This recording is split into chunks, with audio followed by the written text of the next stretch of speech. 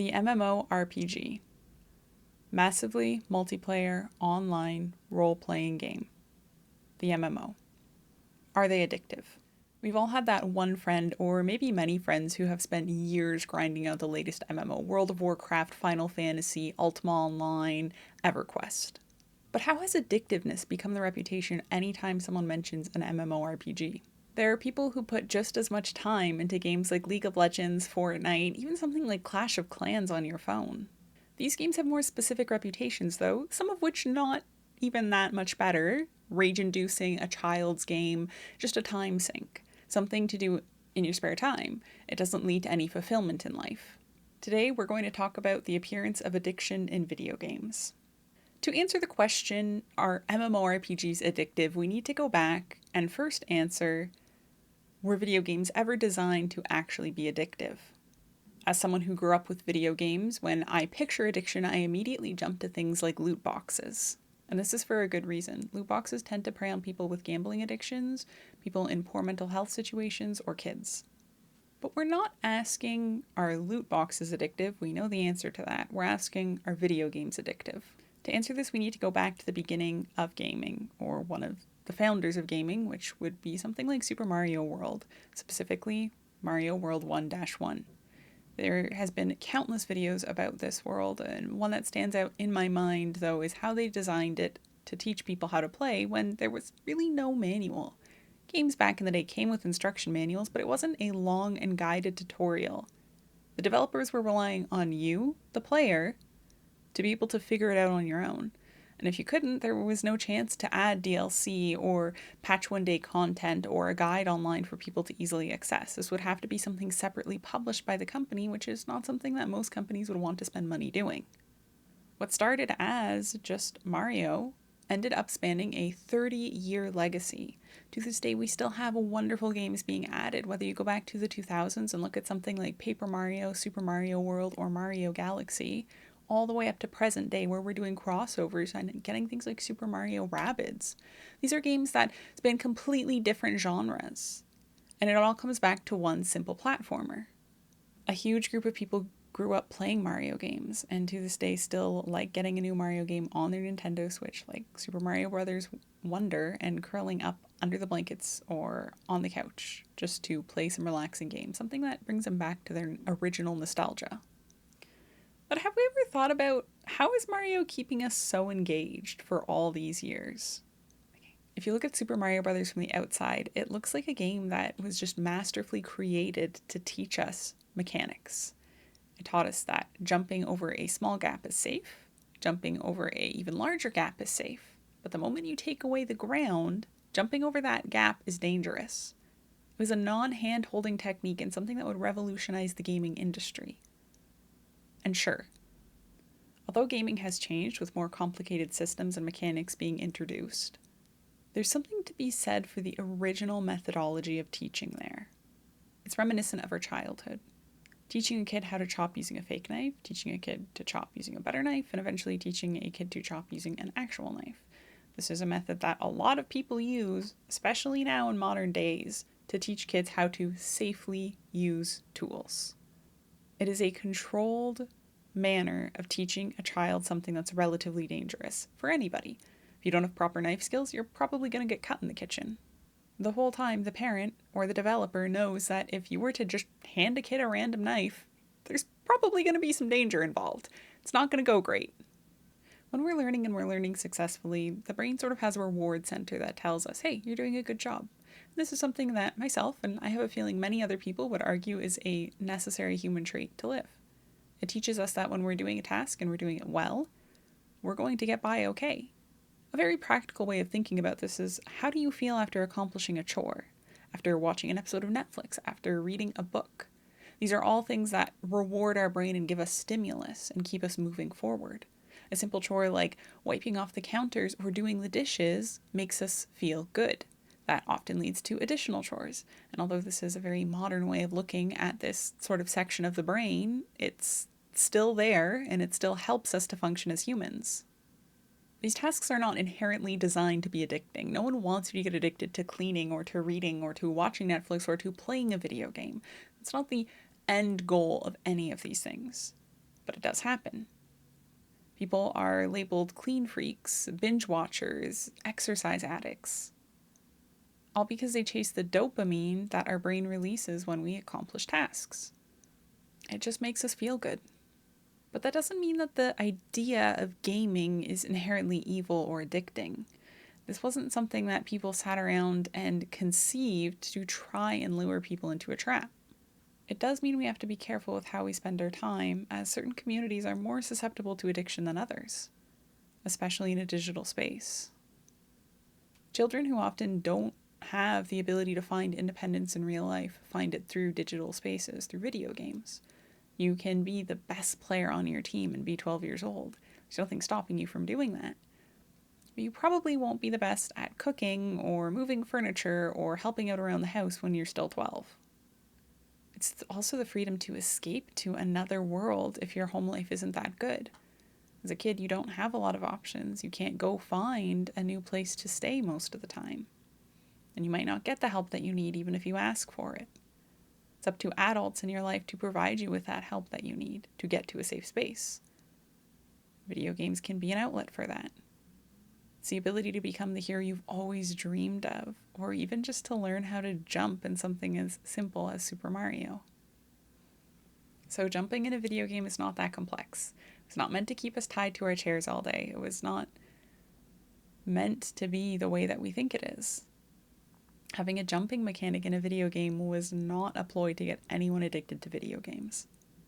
And especially back then, when you purchased a game, you got the game, there was no DLC, there was no monthly subscription, there was no additional cost, nothing more to be added to this game.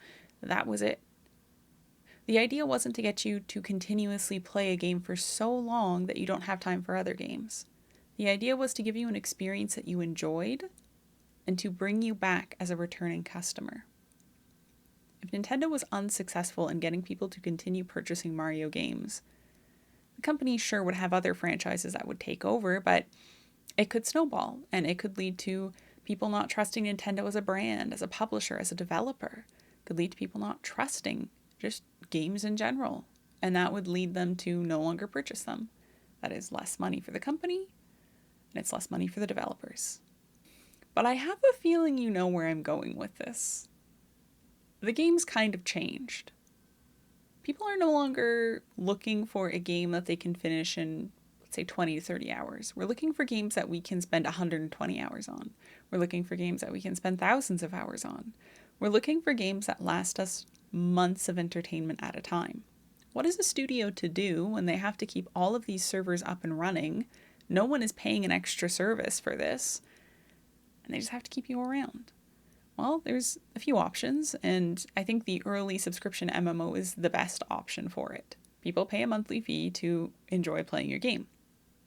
The company makes money then. They can continue to give you more content in the future in expansions or other updates, and everything is maintained in the way it should be. But what does this mean for addiction? It means that the company needs to design a game that keeps you playing for months on end. MMOs have loads of content, like enormous amounts. They have PvP, they have PvE, they have dungeons, they have raids, they have battlegrounds, they have arenas, they have anything you can think of. They have a very specific tiered progression system, but that only keeps you for so long. If you start playing the game and you spend a significant amount of time in it, you'll probably be through most of the content within 2 to 3 months. And then what?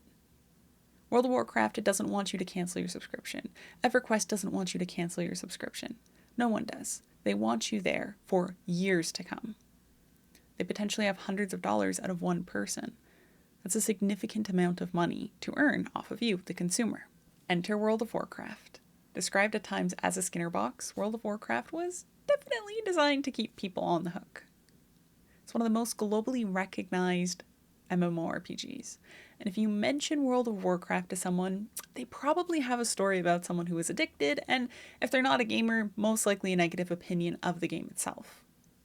We're not talking, I played this game for 3 hours a day, and it had a relatively negative impact on my in-person social circles. We are talking, I played this game for hours, all night, went to work on no sleep, made some mistakes, might lose my job eventually. But it's okay. I might be failing out of college, but it's okay. I might not be able to pay my rent this month, but it's okay. This does happen, and it's a really scary situation for people outside of the realm of gaming specifically to be in, but it's also scary for gaming people to be in. Because all of a sudden you have this friend that maybe you've known to be this compassionate, funny, kind person, and they've just been taken by this beast, by this game, by this company.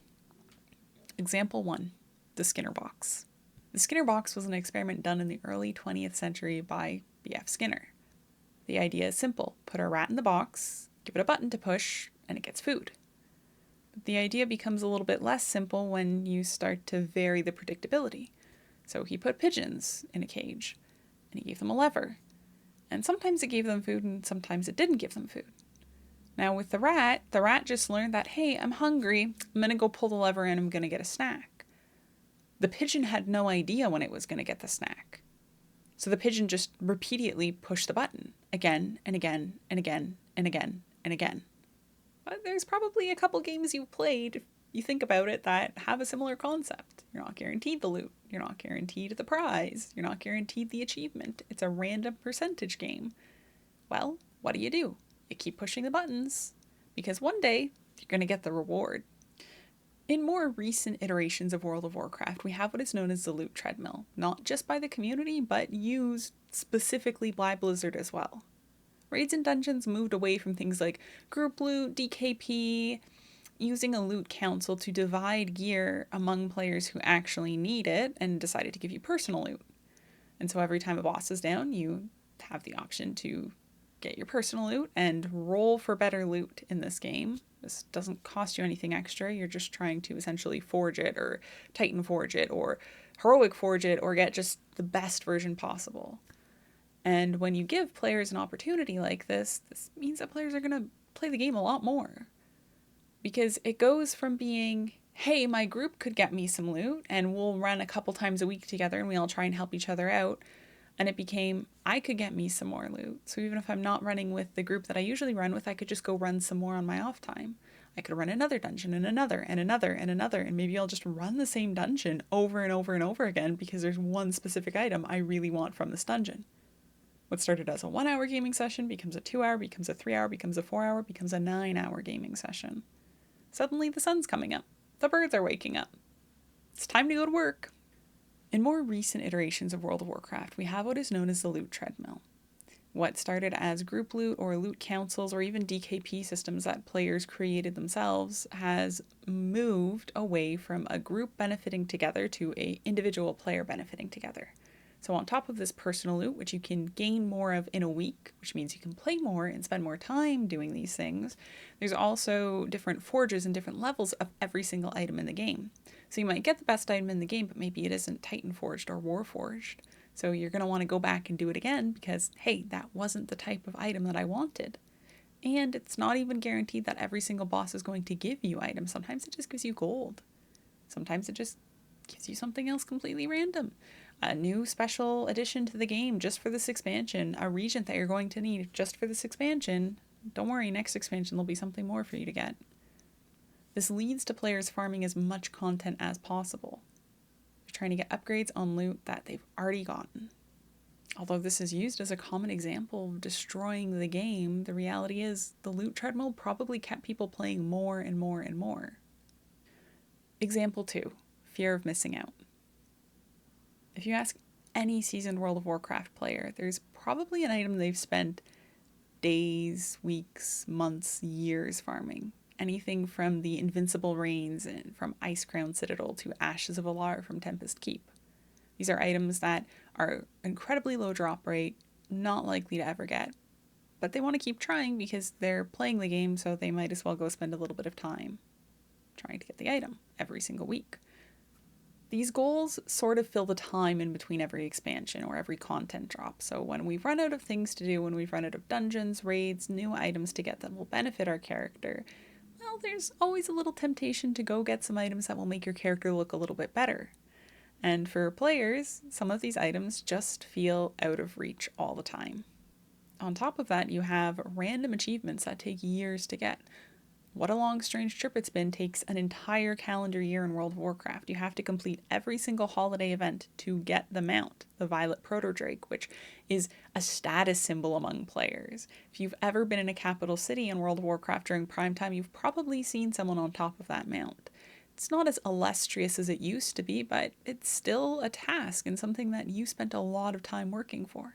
There's an achievement like Lore Master, which gives you a title to go and do all of the quests or a significant amount of the quests in a zone, in all of the zones, and unlocking a simple title. But again, these are tasks and chores that just kind of keep you going and keep you moving throughout the game when things get a little boring. These limited drops and lengthy timed events definitely lure a player in World of Warcraft, but they don't necessarily prey on you in the same way that a limited time item does. Something like a collector's pet or mount or special edition of the game that costs more money, but hey, you're going to get this thing that's only around for a certain amount of time.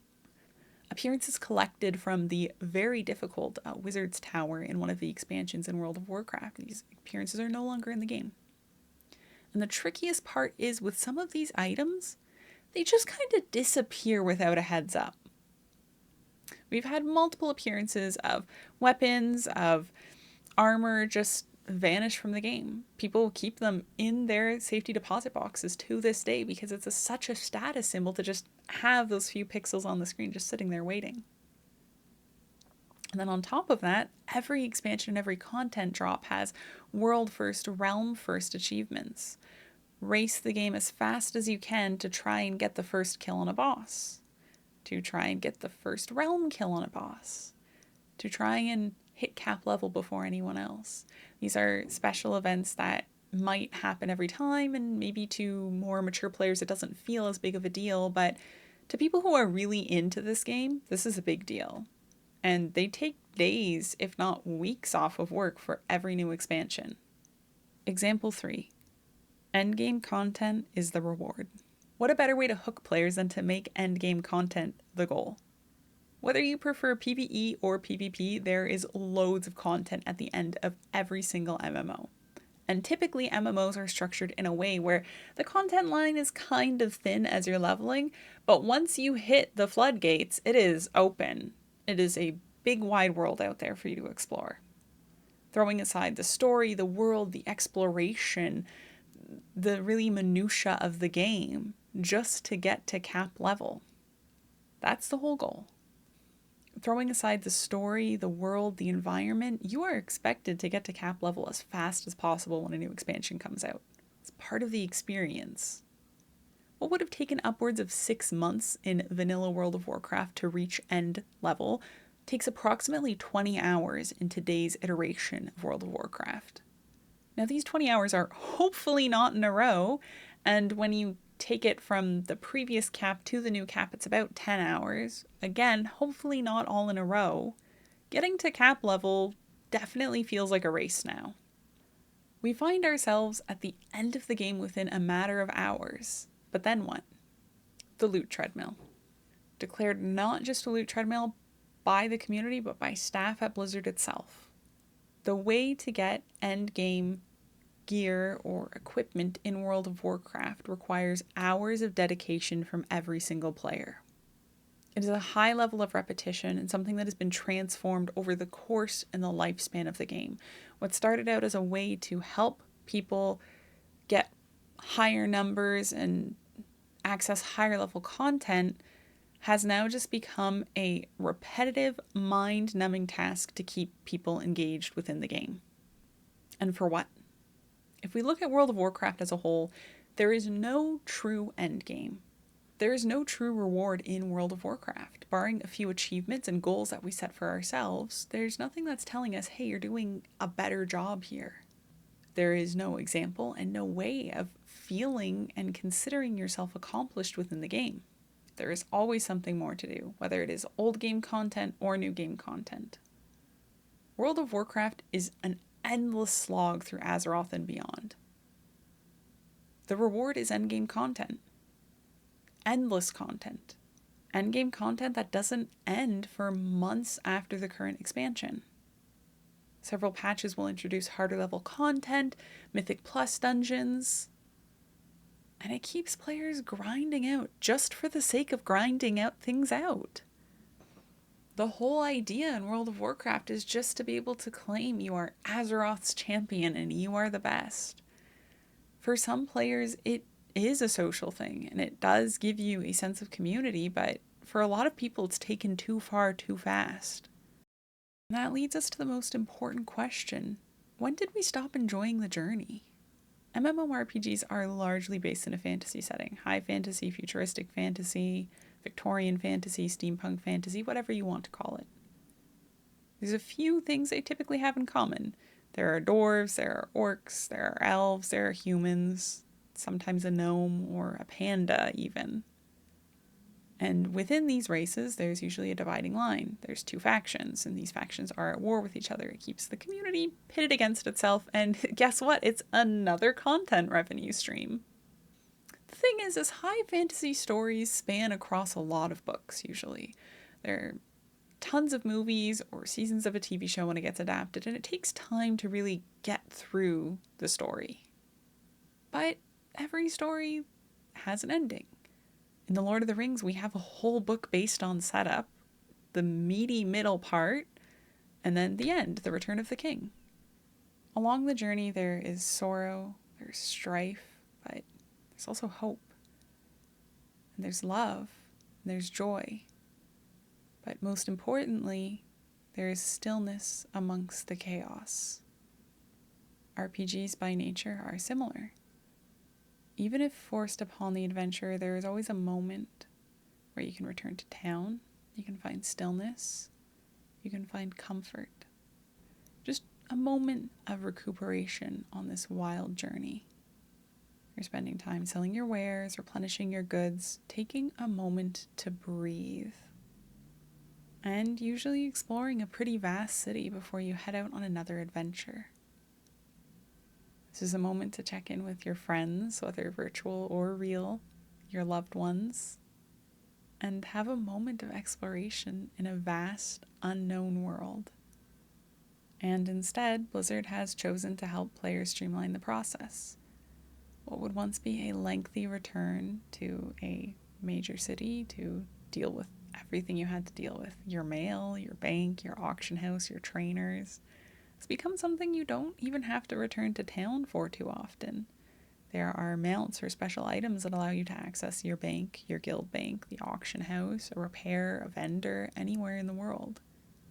They are taking away the moments of relaxation from players.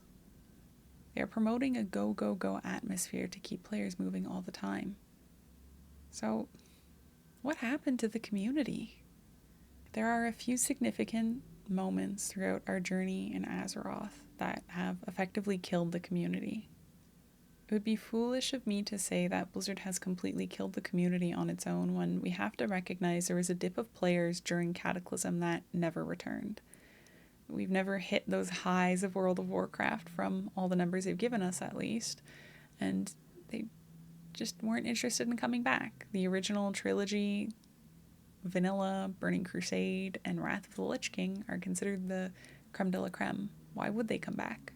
We've seen several spikes with new expansions, but there's always a fall off afterwards, and maybe it's just people thinking this expansion isn't for me this time, or I've spent my month or two with it and I'm happy to move about my life. That being said, the key aspects of killing the World of Warcraft community are as follows. Dungeon Finder and Raid Finder, released at completely separate times in the World of Warcraft timeline. Dungeon Finder and Raid Finder took away the requirement of people to communicate with each other, more or less.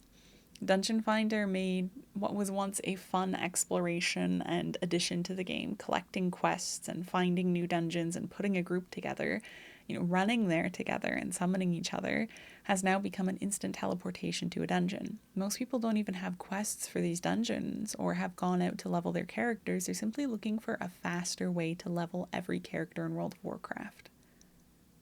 Instead of sticking out these challenges and these new enemies that they face together, people will leave after one bad pull because they almost died. Instead of promoting new communities, which I believe was the original intent of Dungeon Finder created a toxic community.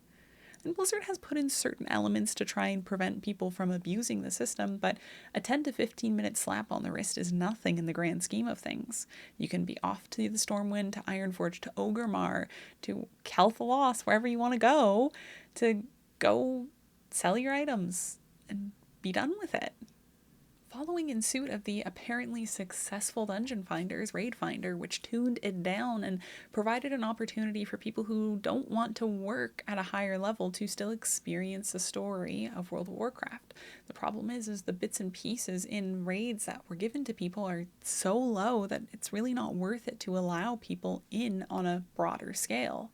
There's a certain difficulty level that comes with raiding, and it comes with raiding because it is meant to be a collaborative effort. It is meant to be something that you spend time doing, hopefully with friends and people you like, but learning how to solve problems together. But now Raid Finder just adds to the list. Run normal dungeons, run heroic dungeons, run Raid Finder, run Mythic Plus, run regular raids, run heroic raids, run mythic raids.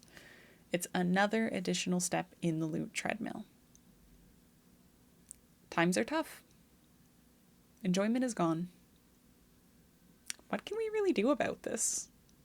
Change the way you play an MMORPG. In today's world, it's difficult to find an MMORPG. Be the change you want to see in the MMOs. In today's world, it's difficult to find an MMO that isn't rushing you to the end, that the experience isn't over within 10 hours of leveling, that blows past storylines, quest lines, exploring, taking a breather.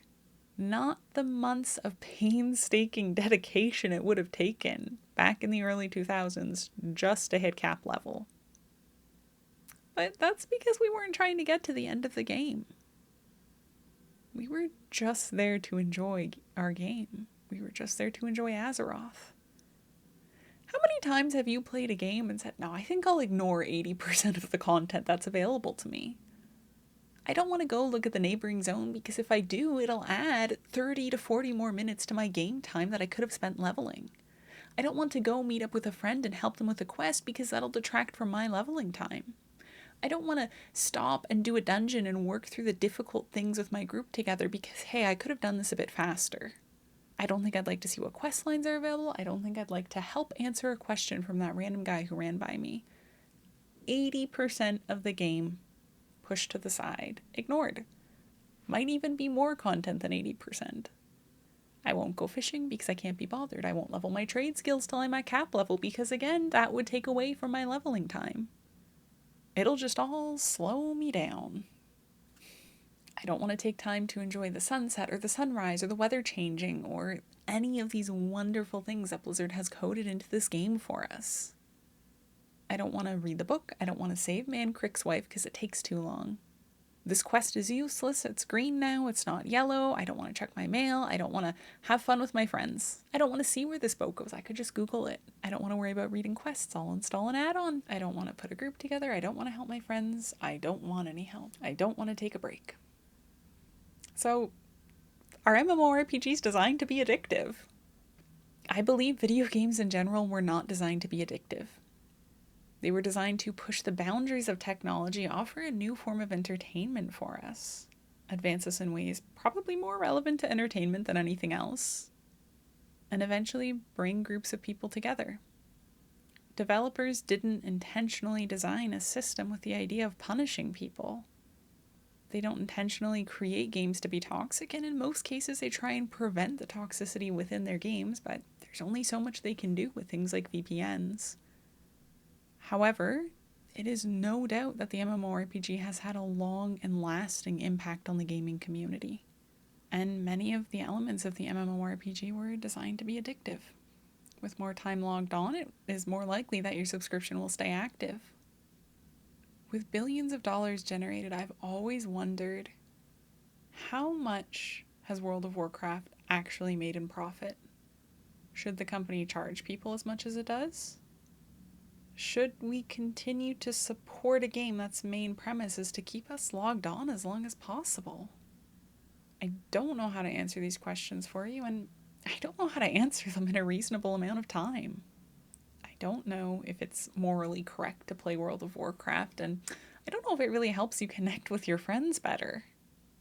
I do know that the time I've spent watching the film, reading the books, or gaming with my friends has led to a lot of really good memories. I have raided with almost every single one of my family members at one point or another, and sometimes all at the same time. I've spent time doing battlegrounds with my dad or exploring Booty Bay for hours with my sister. I will never be able to look at the MMORPG community and games without feeling a certain amount of nostalgia. And I will never be fully free of the whispers of addiction that this game has had on my life. So, until next time, for Azeroth.